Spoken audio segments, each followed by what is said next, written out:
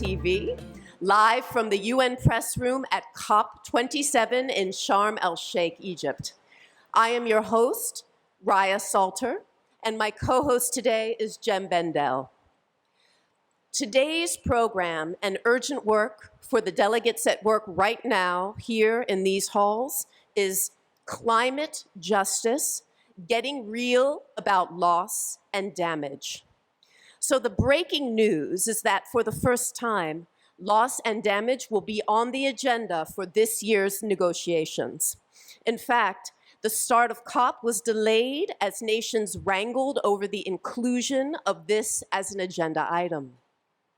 Of course, this is after the catastrophic year that left 37 million people facing hunger and starvation in the drought-stricken Greater Horn of Africa, and a third of Pakistan underwater due to unprecedented rainfall. The focus of COP27 will be the issues of reparations, or loss and damage. Last year in Glasgow, a coalition of mostly developing nations, representing 6 out of every 7 people in the world, 6 out of every 7 people in the world demanded reparations. The countries most responsible for greenhouse gas emissions commit to pledging money for loss and damage. This call for reparations was dismissed by the global North, led by the United States, who fear liability for the crisis that they have caused. In fact, earlier this year, US climate envoy John Kerry said that a focus on loss and damage, in his words, could delay our ability to do the most important thing of all, which is to achieve mitigation sufficient to reduce the level of adaptation. But this idea that the focus on overall emissions reductions is of primary importance dismisses the idea of climate justice. As negotiations stall each year and fail to reach consensus among the major emitters, the Global South experiences more and more loss and damage, and the need for reparations only grows. So what does loss and damage mean? Climate impacts which cannot or have not or will not be avoided either by mitigation, which is avoiding and reducing greenhouse gas emissions, or adaptation, which is adjusting to current and future climate impacts. Loss, things that are irrevocably lost, such as lives, a way of living, a historical site, a culture, a people.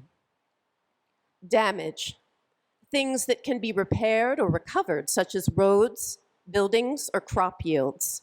What's important to understand is that loss and damage, reparations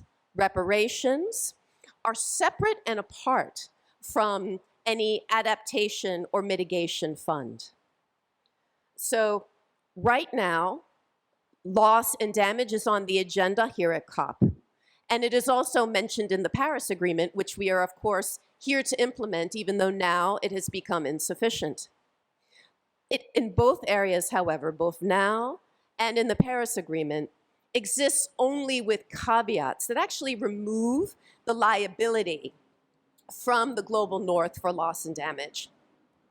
Nevertheless, the nations of the global South have shown up in force at this COP. This COP on the continent of Africa will be about loss and damage. So here with us to discuss the urgent issue of climate justice and reparations is Dr. Bendell, a full professor of sustainability leadership at the University of Cumbria in the UK, as well as Dr. Stella Mbau, who runs LOABOA, and we'll hear more from Jem and Dr. Mbau later on. But first, we will speak to Chie Bastida. Xie is a 20-year-old climate justice activist from Mexico, where she forms part of the Otomi Toltec indigenous community. She is the co-founder of the Re-Earth Initiative and studies at the University of Pennsylvania, where she is pursuing a BA in environmental studies with a concentration in policy. She has written op-eds and contributions in several books, including All We Can Save, and has been invited to talk on global platforms to call for immediate action on all fronts. Welcome so much. Thank you for joining us, Xie. Thank you so much, everyone, for being here and for listening, and thank you for your kind introduction and also the overview on loss and damage. So, as you mentioned, I come from a community in central Mexico, and my community actually suffered from flooding in 2015 when I was 13 years old. But before suffering from flooding, we saw the impacts of industries polluting our waters, Mexico City taking away the water from our aquifer. It was the mixture of taking away extraction, pollution, and climate disaster. And these communities are looking more and more like this for youth around the world. We are no longer looking at what the climate crisis is going to look like in 20 years, in 50 years, in 100 years. We are living through all of these disasters combined. So when we talk about loss and damage, we're saying it is naive to think that we can only mitigate, because we also have to adapt to this changing world, to the fact that we're already feeling the impacts of the climate crisis. What we're specifically asking for with loss and damage is the creation of a loss and damage financing facility, meaning that there is going to be a lot of money funneled into loss and damage, hopefully, and that money needs to travel to the community. It cannot stay just at the government level. It has to make its way to the ground, because we are feeling the harshest impacts of the climate crisis. Youth from all around the world have chosen 3 things to focus on at this COP, 3 negotiation tracks. One of them is loss and damage, the second one is finance, and the third one is adaptation. So we can see that they're all interconnected, and we know what we have to fight for. We are here to elevate that this is an African COP. We are here to elevate that the global north has to repair all of the damage that it has done through years of colonization, through years of my own community. I don't have an indigenous last name because it was taken from us by our colonizers. My parents gave me an indigenous name, and it is a way of reclaiming who we are and where we come from. But this is just the beginning of that journey of giving back from everything that has been taken from us. So that is why we are here as youth and not, I'm missing a week of school right now. In my own school, we are doing actually an occupation. We just did 39 days of occupation to demand that the University of Pennsylvania divest from fossil fuels. And they haven't. And their net zero target is 2042. So we're talking here about doing actions at the very, very local, small level and at the global level, because we know that they're all connected. At the end of the day, we are not feeling the worst impacts of the climate crisis in these negotiating rooms with AC. We all have our hotel wristbands on now. This is not the real world. The real world is out there. The real world is suffering from drought. The real world is suffering from flooding. And we need money to be given to the communities that need it most. Thank you. Thank you so much for that. If you could give one message to the leaders that are meeting in these rooms right now on this important topic, what would it be? The message for world leaders that youth want to give is that it is irresponsible and offensive to delay action. I am going to love somebody who is alive in 2100. My grandkids will be alive in the year 2100. We're talking about 2030 and 2050 targets, but you need to assure me that my grandkids are going to have a safe future. We cannot keep stalling. We need to stop all fossil fuel investments, all fossil fuel proliferation. We need to stop the destruction of nature, and we need to start giving back to those communities who have been targeted the hardest. Yeah, couldn't agree more with that. What does it mean to center youth? What youth in the climate struggle? What is the importance of intergenerational climate justice? Well, I don't think youth have ever been as important as right now, because we are here representing those generations that are not with us yet. And I feel that weight on me every single day. The weight of my children asking me what world I'm bringing them into. And we are seeing, the statistics. For example, the New York Times said that by 2070, 16% of the world might be uninhabitable due to how hot it can get. I don't know what an uninhabitable world looks like. We don't know what no coral reefs look like. I can cry thinking about my hometown being flooded. And that is what we need to bring back into these rooms. The emotion of what it feels to see your home being stripped away from you. And I think we get too caught up in the jargon of the UN, in the jargon of what is acceptable in negotiations, to remember that there are people with feelings, with futures that are being taken away. And I am here as a young person missing school and maturing way too fast to talk to you about what it's like for me to be the most vulnerable and share my story of the climate crisis. It is enough. It is time for all of us to get together, open our hearts, and say we are gonna come together to save this planet, and we will. Thank you so much. I get chills listening to you. Thank you so much for your strong voice. Everyone, we must support our youth leaders like Shie. Now I'd like to turn it over to Professor Jen Bendell. Thank you, Raya, and thank you, Xia. Yeah, it's really important to reconnect with the emotion of this, which can be lost in these kind of venues. And it's also important to remember that charity is not justice. If one side has no power, then there's no negotiation, which therefore can't lead to justice, which then can't also lead to healing. So I was very impressed by our next speaker's recent articles in resilience.org for how she communicates a dignified and self-respecting view of climate justice, including the matter of reparations and loss and damage. Dr. Stella Nyambura Mbau is from Kenya, where she works every day on climate resilience, including agroforestry. She's also a signatory to the Scholars' Warning on Societal Disruption and Collapse, like myself, and now 700 scholars from 40-odd countries. So I'm very pleased we're going to hear from Stella now on climate justice. Hi, everyone, and thank you for being here. I'll be sharing with you today about droughts in East Africa,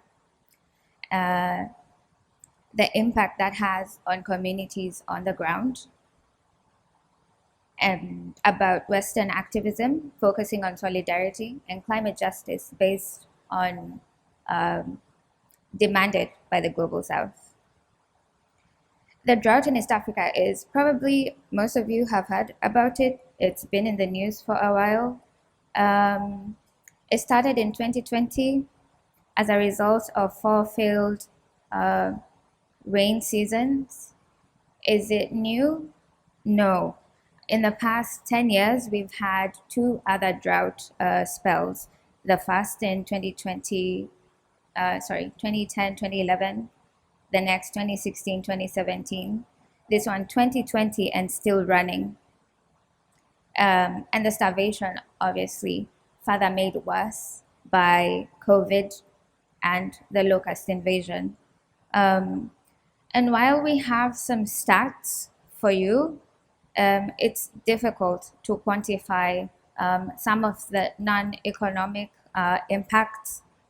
For example, the case of pastoral communities in Kenya selling their cattle at giveaway prices, their source of livelihood.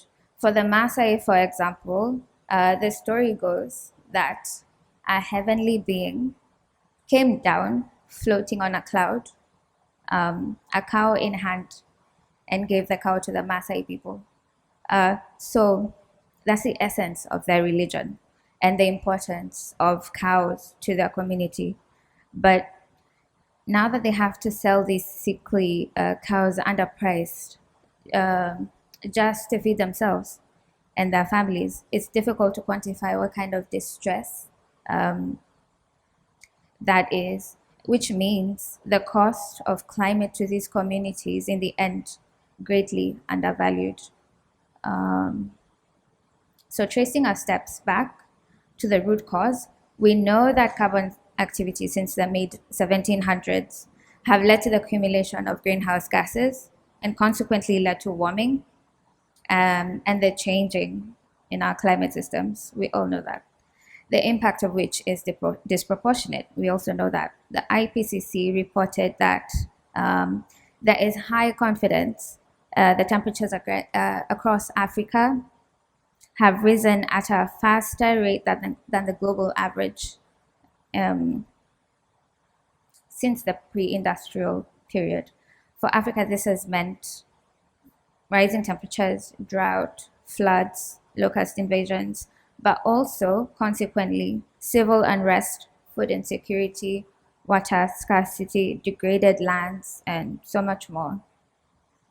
We know the promises at a previous COP of the $100 billion annually for adaptation, which would help reduce risk if committed to adaptation. But we also know most of the funding goes to mitigation projects because of the promise of a return on investment, like the solar farms and the e-vehicles. So even so, aid is needed because even rains coming at this point will not grow food fast enough to feed the starving. And because any losses, damages from the changing climate, whether past or present, are unduly being borne by the South, made worse by underlying conditions like poor infrastructure and governance issues. Having said that, I'm also aware that this conversation has been taking place since the early 1990s, and in disregard of the suffering in the South, it is possible that nothing changes today or in the next 2 weeks at this, our African COP. We say that leaders in the global North are close to centers of power, political and economic. But the resources behind these systems have been historically and continue today to be sourced from the South and from First Nations and their territories. The most vulnerable today had and have altogether the resources that built these powers in the North. Leaders in the South, aware of this, unified and demanding justice from the North would be a great show of solidarity, might influence some decisions in their favor, but shouldn't be the be-all and all.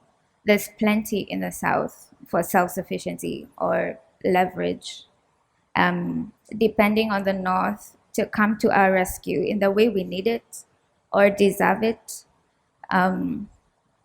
Given the scale of present and historical injustices and the fact that that hasn't happened yet, we have to be open to the likelihood that it might indeed never happen.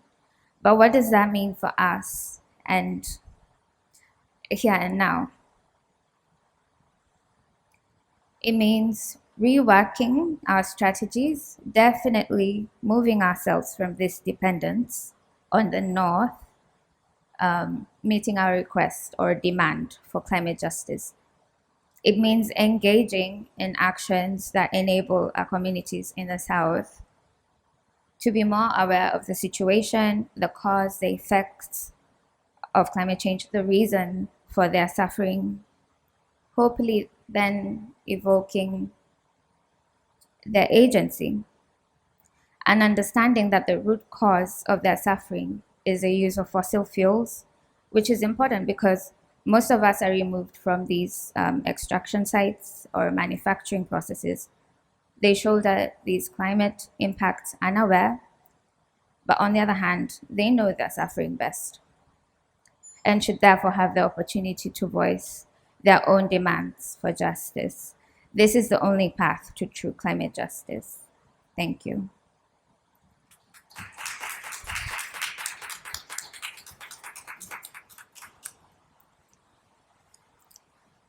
Stella, thank you for that. I want to ask you one question.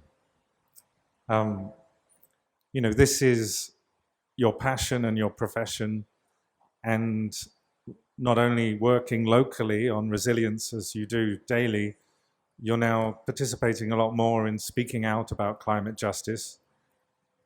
What really matters to you the most in all of this? I don't know if saying justice is enough, but yeah, there's this feeling that if when you know that your own people are going through so much and they did not contribute to it, there's a different kind of pinch. Yeah, I think for me, just justice to see, and it's not necessarily given by the North. It could be just an empowerment of the people, and having their voices heard.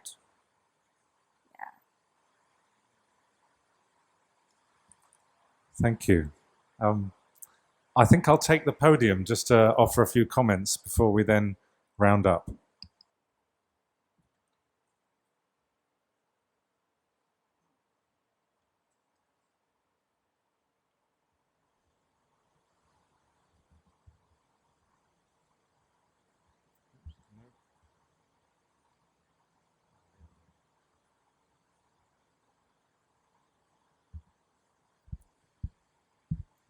So, here we are at the epicenter of blah, blah, blah, the epicenter of failure.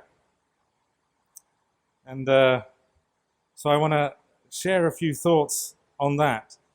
Like, why is it that climate justice has been marginalized?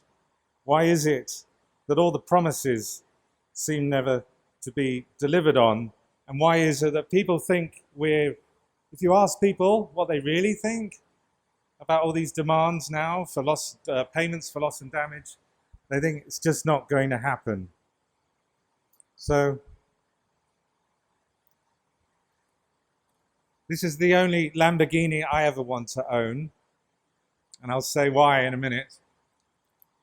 Because for me, climate chaos is a disaster that capitalism accelerated, distracted us from, and then limited our response for life-critical decades.